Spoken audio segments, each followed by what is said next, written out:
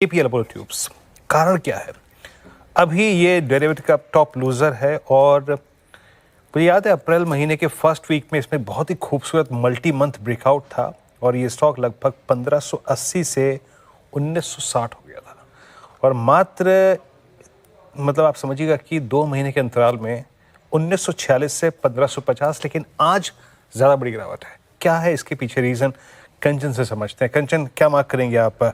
क्या पाया आपने जिसके चलते आज ये accident of the day consider करा जा रहा है? मार्केट में हमें देखना है को डेली ही मिल रहा है कि नंबर्स अच्छे आ रहे हैं, लेकिन उसके बाद जो रिएक्शन है वो कंप्लीटली ऑपोजिट देखने को मिल रहा है। इसके भी नंबर्स हमें अच्छे देखने को मिले थे, लेकिन दिक्कतें वहां से शुरू हुई जब मैनेजमेंट ने अपनी गाइडेंस दी। मैनेजमेंट ने बोला है कि जो वॉल्यूम ग्रोथ है उसकी गाइडेंस को घटा के 10 से 15% का कर दिया गया है, जो कि पहले 15 से 20% का था। उनका मानना है कि आगे चल के जो आउटलुक है वो काफी ज्यादा इस टाइम पे मैक्रो एनवायरनमेंट को देखते हुए काफी ज्यादा कॉशियस है। साथ में रियलाइजेशन में भी 5% की हमें साल दर साल एक कटौती देखने को मिली है। इसके साथ ही साथ एबिटा पर टन की बात करी जाए तो वो भी 4600 से लेके 5000 रुपए की रेंज में हमें देखने को मिल सकता है और यहाँ पे हमें करीब करीब एबिटा स्प्रेड में 250 रुपए प्रति टन की एक कटौती भी देखने को मिली है। उनका मानना यह है कि वॉल्यूम में कमी देखने को मिली है और ईसॉप्स के वजह से भी जो नंबर्स है उस पर एक हमें बड़ा इंपैक्ट आता हुआ दिखाई दिया। मैनेजमेंट ये भी कह रहा है कि अगर हम लॉन्ग टर्म का आउटलुक देखें तो इस टाइम पे वो मार्जिन पे ज्यादा फोकस कर रहे हैं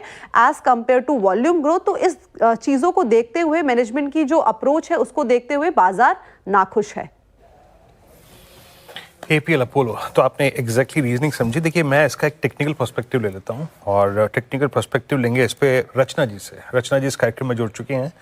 रचना जी, APL अपोलो ना is finally below 200 day exponential average और हम क्योंकि अभी एक रेफरेंस, एक संकेत, एक क्लू अब थोड़ा सा वीकली चार्ट से ले सकते हैं।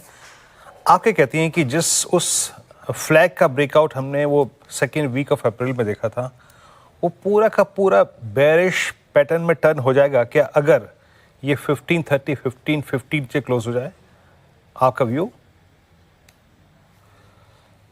जी, ये आज की जो प्राइस एक्शन है वो इतनी ज्यादा नेगेटिव है कि प्राइस थोड़ा डाउन साइड पे ओवर स्ट्रेस्ड भी है।